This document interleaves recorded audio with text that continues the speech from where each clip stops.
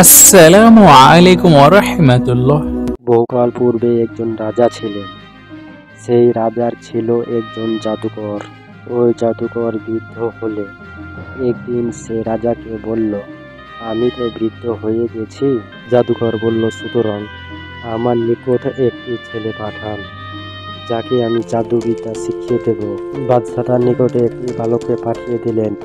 তিনি তাকে জাদুবিদ্যা শিখিয়ে দিতে লাগলেন। বালকই জাদুকরের নিকটে যে পথ দিয়ে যাতায়াত করত, সে পথে ছিল এক সন্ন্যাসীর আস্তানা। বালকটি তার নিকটে বসল এবং তার কথা শুনে মুগ্ধ হলো। বালকটি জাদুকরের নিকট যাওয়ার সময় ওই সন্ন্যাসীর নিকটে বসে তার কথা বলা শুনত। ফলে জাদুকরের নিকটে পৌঁছতে বালকটি দেরি হতো বলে জাদুকর তাকে প্রহর করত। বালকটি সন্ন্যাসীর নিকটে এ কথা জানালেন।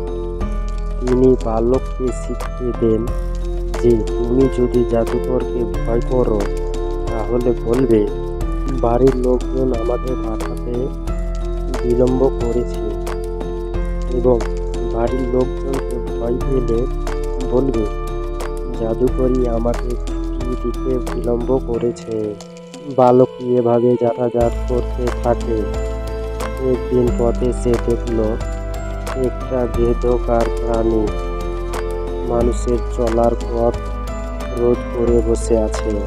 বালকটি ভাবল, আজ পরীক্ষা করে দেখব যে জাদুকর সুস্থ না সন্ন্যাসী সুস্থ।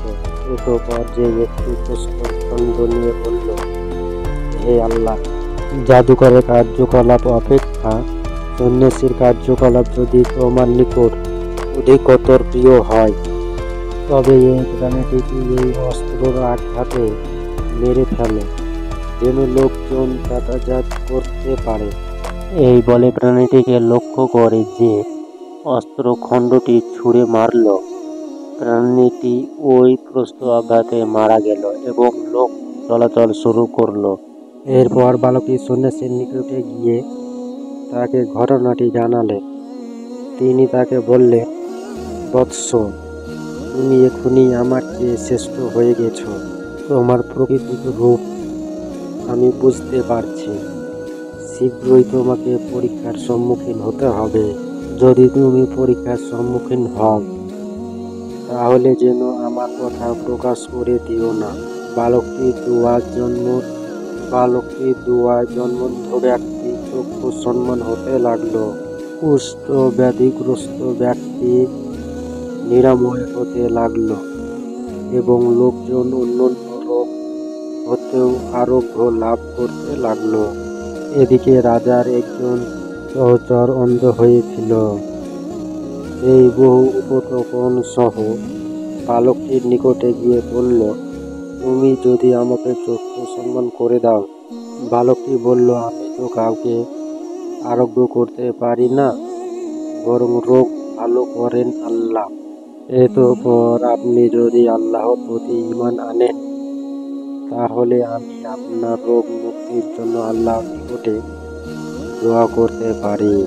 তাতে তিনি হরত আপনাকে আরোগ্য দান করতে পারেন। ফলে লোকটি আল্লাহর প্রতি ঈমান আনল। আল্লাহ তাকে আরোগ্য দান করলেন। পূর্বে নাই তিনি রাজার নিকটে গিয়ে বসলে রাজা তাকে জিজ্ঞাসা করলেন, কে তোমাকে দৃষ্টি শক্তি ফিরিয়ে দিল? সে বলল, আমার রব। রাজা বললেন, আমি ছাড়া তোমার রব আছে কি? সে বলল, আমারও আপনার উভয়ের রব আল্লাহ। এতে রাজা তাকে ধরে তার উপর নির্যাতন চালাতে থাকে। অবশেষে সে বালকটির নাম প্রকাশ করে দিল। এরপর বালকটিকে রাজ দরবারে আনা হলো। রাজা তাকে বললেন, বৎস, আমি জানতে পারলাম যে তুমি তোমার জাদুর গুণে জনম অন্ধ ও কুষ্ঠি ব্যাধিগ্রস্ত লোকদের রোগ নিরাময় করছ এবং অন্যান্য কঠিন রোগও নিরাময় করে চলছ। বালকটি বলল, আমি কাউকে রোগমুক্ত করি না, রোগমুক্ত করেন আল্লাহ তাআলা। তখন রাজা তাকে পাকড়াও করে তার উপর নির্যাতন চালাতে থাকে। এক পর্যায়ে সে সন্ন্যাসীর কথা প্রকাশ করে দিল। তখন সন্ন্যাসীকে ধরে আনা হলো এবং তাকে বলা হলো,